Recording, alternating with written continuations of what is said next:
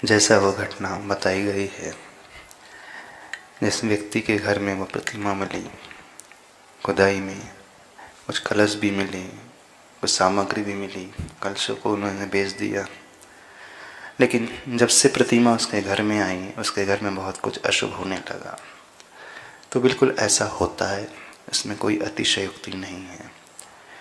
जिन बिंब जो होते हैं वीतरागी प्रभु की प्रतिमा दुनिया में सबसे ज़्यादा एनर्जेटिक होती हैं, ऊर्जा से भरी हुई होती है। उन प्रतिमा की उपासना, उनकी पूजा मात्र मनुष्य ही नहीं करते हैं, देवता लोग भी उन प्रतिमा की उपासना करते हैं। कुछ प्रतिमाएं जो भूरक्षित होती हैं, जमीन में जिनकी रक्षा हो जाती है, इसका अर्थ मान करके चलना, वो ऐसे ही नहीं बचा पाई अपने आप को। उनको बचाने वाले कुछ ऐसी दिव्य शक्तियाँ होती हैं, उनकी रक्षा करती हैं। सैकड़ों वर्ष पूर्व जब इस देश में आक्रमण हुए तो बहुत सारे मंदिर ध्वस्त हो गए, बहुत सारी प्रतिमाएं भी ध्वस्त हो गई। लेकिन जो बच गई हैं वो सामान्य नहीं, वो अतिशयकारी प्रतिमाएं मानी जाती हैं। तो उन अतिशयकारी प्रतिमाओं के प्रति आस्था का भाव, समर्पण का भाव, भक्ति का भाव मनुष्य नहीं देवताओं का भी होता है। अब रही बात कि यदि देवता भगवान की पूजा करते हैं, रक्षा करते हैं, तो फिर मंदिर में चोरी क्यों होती है? अब देखिए, कुछ प्रतिमा के प्रति आकर्षण बहुत अधिक होता है। देवता वे लोग बनते हैं जो पूर्वों में मनुष्य आदि होते हैं, उसी क्षेत्र आदि में रहने वाले, उनका विशेष आस्था का केंद्र पर्टिकुलर जिनालय से हो जाता है, पर्टिकुलर मंदिर विशेष से, प्रतिमा विशेष से हो जाता है।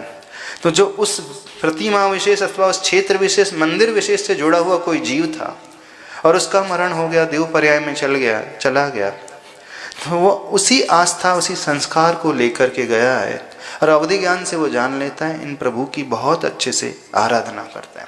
एक तो सबसे बड़ा फैक्टर, एक रीज़न जो होता है वो।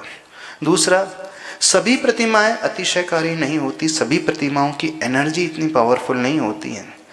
कुछ ही प्रतिमाओं की एनर्जी इतनी पावरफुल इसलिए होती है क्योंकि जिस मटेरियल से वो प्रतिमा बनाई है, मटेरियल की भी अपनी एक एनर्जी होती है। दूसरा, जिन गुरुओं ने, जिन आचार्यों ने उस प्रतिमा में सूर्य मंत्र दिए हैं, वे गुरु जितने प्रभावशाली, साधना करने वाले, सिद्धि आदि को रखने वाले हैं, तो उनके द्वारा दिया हुआ सूर्य मंत्र उस प्रतिमा में अतिशय को कई गुना बढ़ा देता है।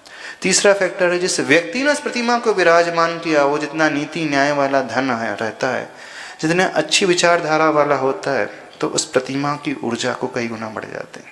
चौथा फैक्टर होता है, उस प्रतिमा को पूजने वाले जितने अधिक लोग होते हैं, तो उस प्रतिमा की ऊर्जा और बढ़ जाती है। पांचवा फैक्टर होता है, जिस लैंड में वो प्रतिमा विराजित होती है, तो लैंड की भी एक एनर्जी होती है वास्तु के हिसाब से, तो लैंड एनर्जी भी उस प्रतिमा की एनर्जी को बढ़ाने वाला होती है।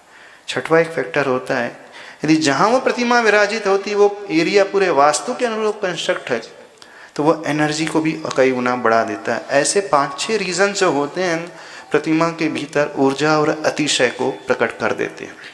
तो जो घटना घटी तिजारा में, वो सामान्य प्रतिमा नहीं थी, मान करके चलना वो विशेष प्रतिमा थी। तो जहाँ वो प्रतिमा पहुँची, यदि उसका अभिनय होता है तो फिर उसके साइड इफ़ेक्ट्स भी बहुत ज़्यादा पैदा होने लगते हैं। वे देवता लोग जो उनकी रक्षा करते हैं, पूजते हैं, वो रुष्ट हो जाते हैं और वो अपनी शक्ति के माध्यम से उस प्रभाव को दिखलाते हैं और उसी के प्रभाव के कारण ऐसी ऐसी घटना सुनने को मिलती हैं। इस प्रकार के स्वप्न आदि के माध्यम से कुछ अप्रत्याशित सी घटना दिखने वाली घटित हो जाती हैं, तो वो संकेत देती हैं कि इस अशुद्धि को, इस अभिनय के भाव को दूर किया जाए। और जैसे ही अभिनय और अशुद्धि के भाव को दूर किया जाता है तो वो संतुष्ट हो जाते हैं और वहाँ पे फिर और अतिशय प्रकट होने लगते हैं। वो बहुत अच्छे से भक्ति भाव से भर करके प्रभु की पूजा करने लगते हैं।